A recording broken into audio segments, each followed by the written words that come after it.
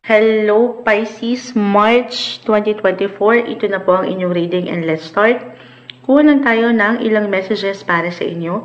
As usual, mensaheng gabay lamang po. Para sa mga Pisces, March 2024, message. Pisces, finally, ano maiwan natin para sa kanila? Message. Okay, uwi. The Seven of Cups, the Tower, the Chariot reverse, at dagdag na natin to, the Three of Cups reverse. Okay. So this month, Pisces, bilang andito tayo pa rin sa inyong season, Pisces season, happy birthday po sa ilang nagse-celebrate na Pisces ngayon. Kamusta? Madaming ganap. It could be unexpected. Itong unexpected na to, could be a surprise, balita, or ganap. Umangat yung party. Okay, maaaring ito nga, Three of Cups ay narito. Maaaring meron talaga kayong binubuong event ngayon bilang kayo magbe-birthday, gaano man yan kalaki, kabongga, kaliit, para may selebrasyon ng inyong mga puso. Para sa ilan, ito ay sa pamamagitan ng pag-travel. Yes, meron pong movement, meron kayong pupuntahang direksyon, and it could be unexpected. Meron travel opportunity na hindi nyo inaasahan. Ito yung mga lakad na maaaring hindi nyo pinlano pero matutuloy. Kasama ang ilang kaibigan or ilang taong malapit sa inyong mga puso. Unexpected could be positive or negative. So, yes, andito yung pagiging festive pa rin ng pakiramdam or kasi nga nagsiselebrate lang din kayo. Pero, ulitin ko yung the tower kasi ay narito. May ilang bagay na wala na tayong control pa sa kung anong pwedeng maganap. Ito hindi kailangan laliman, maaaring kahit sa simpleng pag-iba lang ito ng schedule or flight schedule, ganyan. Halimbawa, kasi na-mention ko na rin yung travel.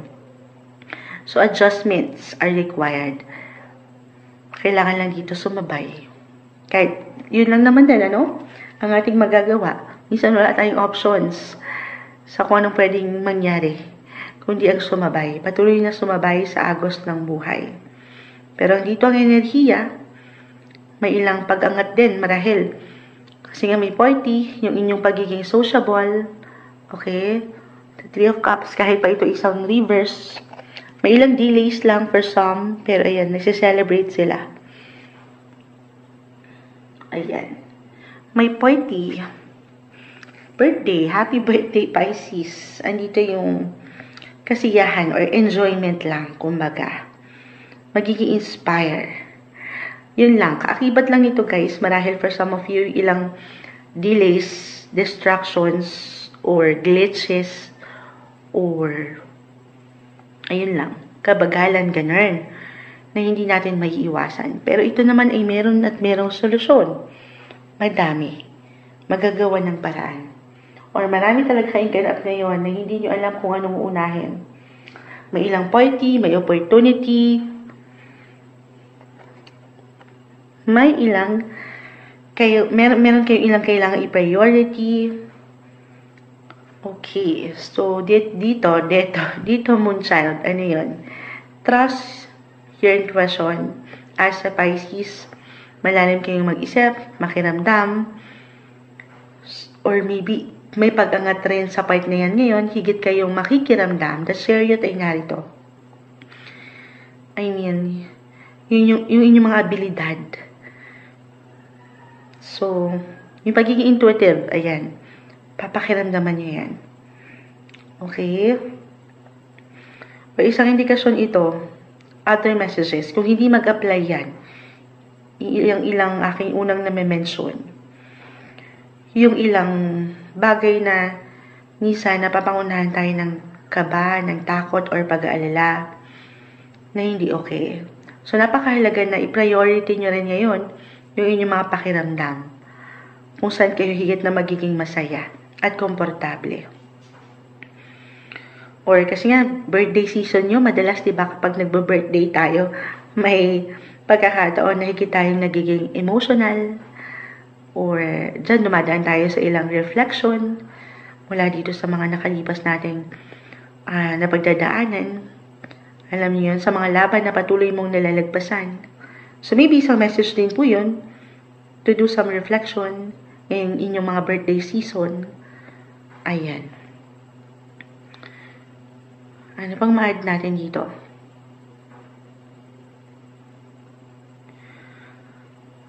Yung control, ano? Yung ilang unexpected ganap, na wala tayong minsan, wala naman talaga tayong power to choose kung ano yung gusto nating maganap lang.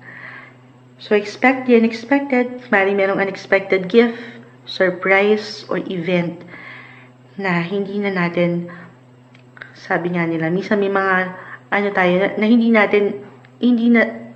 natin mailalaban. I mean, guys, sa realidad, kahit papare-pareho kayo ng sign, iba-iba pa rin tayo ng sitwasyon, posisyon. Okay? Para meron kasi tayo nakikita rin ditong glitches. Ayan, na-mention ko na pwede rin for some of you, it could be something important. Transitions sa inyong buhay na wala na tayong control. So, wag niyong iwanan ito ng pag-hold back or alam niyo yun. Pero syempre, mahirap kapag binibigla tayo minsan ng buhay. Pero kalma, hindi niyo kailangan makaramdam ng anxiety or anything feeling na hindi okay. Lahat ng bagay ay merong dahilan. Okay? Maganda yung potential na natin nakikita naman dito kung aking i-relate along with your other cards. Nakakasabay. Actually, napaka-importante ng buwan na ito para mas bigyan nyo ng tuon ang relasyon, pamilya, at ilang kaibigan. Andito lahat actually. At sa control na ito na hindi natin ma-control, sa control na hindi natin ma-control, Moonchild, acceptance lang. Ayan, yung pagtanggap na, alam mo yun, may mga bagay talaga. Ansan, napaka-normal. Dumadaan tayo sa highs or lows, positive, negative ng buhay. Iwas sa pressure. Ialaw mo ang iyong sarili na sumabay sa ilang ganap na ito. Nang bukal sa iyong loob. Okay, gaano man minsan mahirap. Pero sasabay lang tayo. Okay, may ilang opportunity, marami, may offer, iba't ibang bagay yung umaangat dito para sa Pisces. Huwag nyo lang din, para sa ilan na medyo may struggle pa right now, or merong ilang nararamdamang kagipitan, financially, emotionally, hindi masyadong ganun ka-stabilize, kumbaga, yung gusto nyo makita sana sa usaping pamilya, or ilang resulta na gusto nyo makita, minsan hindi talaga umaayon sa atin, di ba? Pero, andito po, may ilang opportunity dito. Meron at merong solusyon. Papangahawakan ito. Okay? Isa-isa lang. Take everything one step at a time. As a Pisces, madiskarte naman kayo. Marunong kayong dumiskarte. Yung inyong pagiging creative. Magagawa nyo ito ng lunas. If ever, meron kayong kaharapin na pangangailangan yung tugunan. Mentally, emotionally, or even financially, ganyan. Sa mas practical, marahil kasi nga kung may party talaga kayong hinahanda ngayon, so definitely may ilang gastusin, may ilang unexpected bayarin, or ilang ganap, ganyan. So sasabay lang, kalma. Okay, kuha na tayo ng final advice para sa mga Pisces, birthday season nila ngayon. Anong ating may iwan sa kanila? Pisces, final words.